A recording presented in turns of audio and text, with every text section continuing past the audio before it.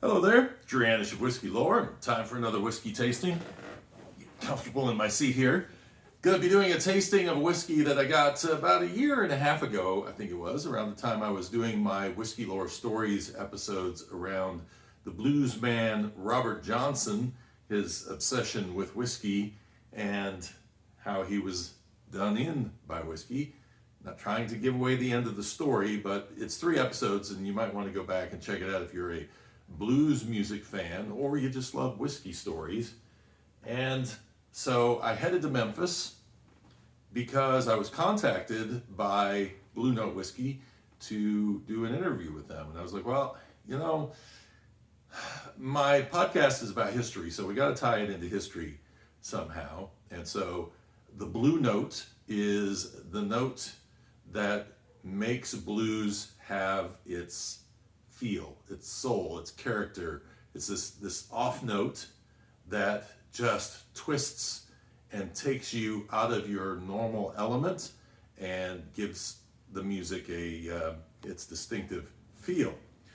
And so I thought, well, I've always wanted to do a story on Robert Johnson, and so this is a great opportunity for me to tie that story in. And so that's how it happened. And while I was there, I did an interview, which you can go back and listen to on Whiskey Lore Stories, with Macaulay Williams, the CEO. He walked me around the distillery. We tasted a little bit out of barrels. They had one that was a honey-finished whiskey, which was really interesting. It was one of the first distilleries I went to that had a palletized warehouse. They're not a tourable distillery. So this is on the north side of Memphis, and they are really set up to source whiskey there. This was crafted in Memphis. It was actually distilled in Tennessee, but we don't know where. And this was a single batch, single barrel whiskey at barrel proof, hand selected for Texas. Kelly O'Shea gave me this bottle before I left. She's now at Nashville Barrel, which is another distillery that they do finishing and that sort of thing. It's not a distillery, it's more of a rectifier than a distilling company.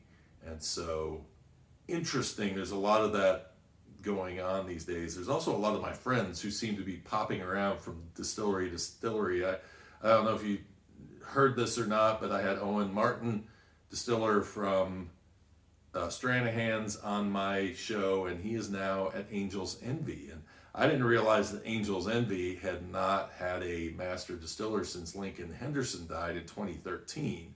So that's kind of an interesting piece of information as well. And it'll be fun to see how a guy who was born and bred on Scotch and was doing American single malts does in finishing bourbons on Whiskey Row in Louisville, Kentucky. So I have not done an episode around Angel's Envy. Sometime soon, maybe that will happen, especially now that I know somebody there.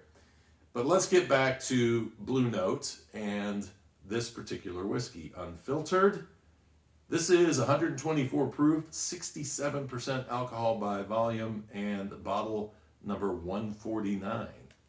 I'm not sure, hand selected for Texas, why that has that particular label on it. Probably something I should have asked while I was there, but I got it when I was walking out the door.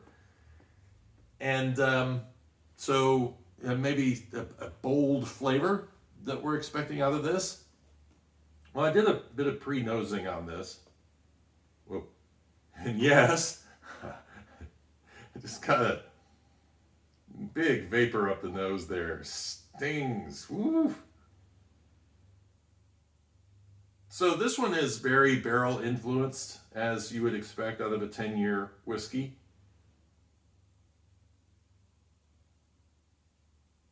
Maybe a little bit of a tobacco note in there, and a little herbally rye character.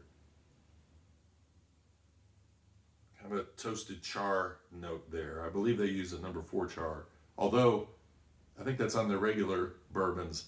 I'm not sure that this is necessarily the same whiskey that they're using. Maybe it is, maybe it isn't, for their 93 proof. Yeah, hard to get much more out of it than that. And I'm having to just lightly take in bits of the character of this because it is definitely stinging my nose hairs. Cheers.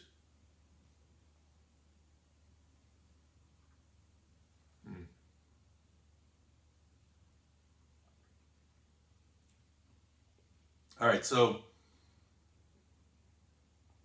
char, vanilla caramel, light, not aggressive, a lot of pepper, cinnamon, and on the back palate, I'm tending to get more of the oak character out of this. This is one I definitely want to add some water to because it's just, it's aggressive enough. It's pleasant, but it is aggressive enough that it is not allowing me, I feel like I'm missing something here, that there's going to be a lot more if I can just relax with this whiskey and not worry so much about stinging nose hairs and burning my palate. Okay, more of the oak comes out, definitely. Nuttiness. Maybe a little leather note coming through now. Still fairly one-dimensional though. I mean, yeah, it just has kind of a toasty wood kind of a note maybe coming through there, but very much all about the barrel on this one, with a little rye spice in the background, but very heavy on the oak on this.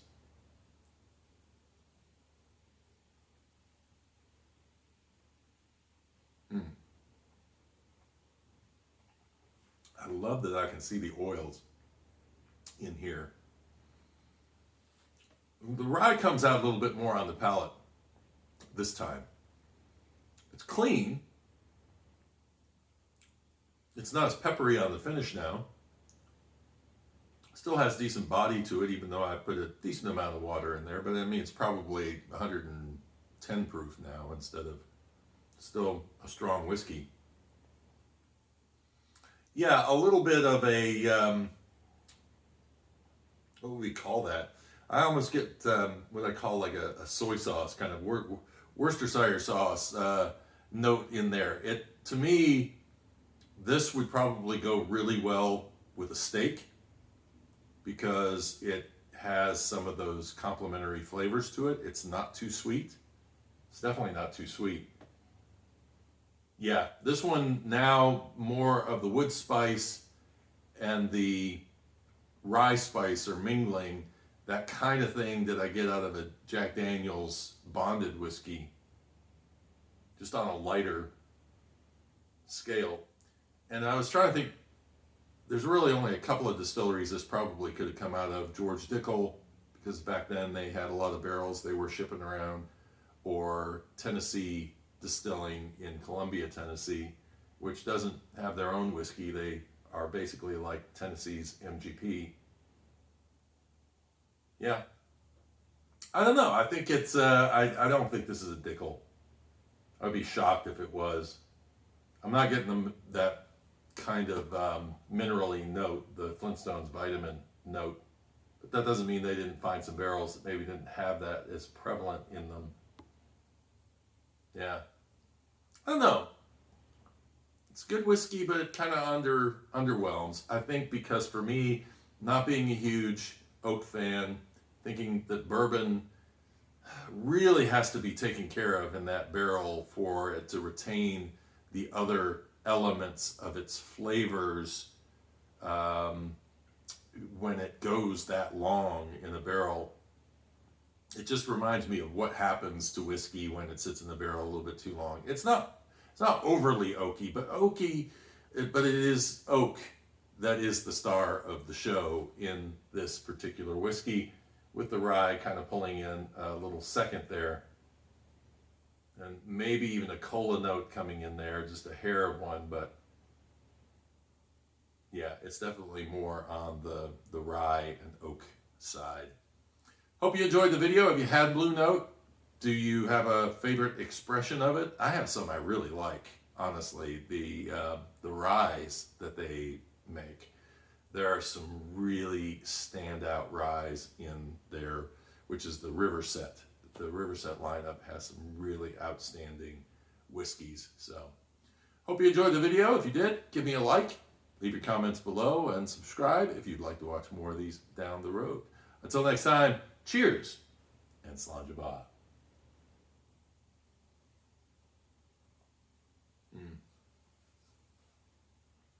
Let it roll to the sides of your tongue. More of the flavors beyond the oak start coming out on the sides. Really nice, actually. I'm salivating. So that was a good suggestion. I just wish I remembered this stuff while I was drinking, down the road and going, oh, okay, remember with this one, let it roll on the sides of your tongue, because that's where you're going to get a real impact of flavor. There you go.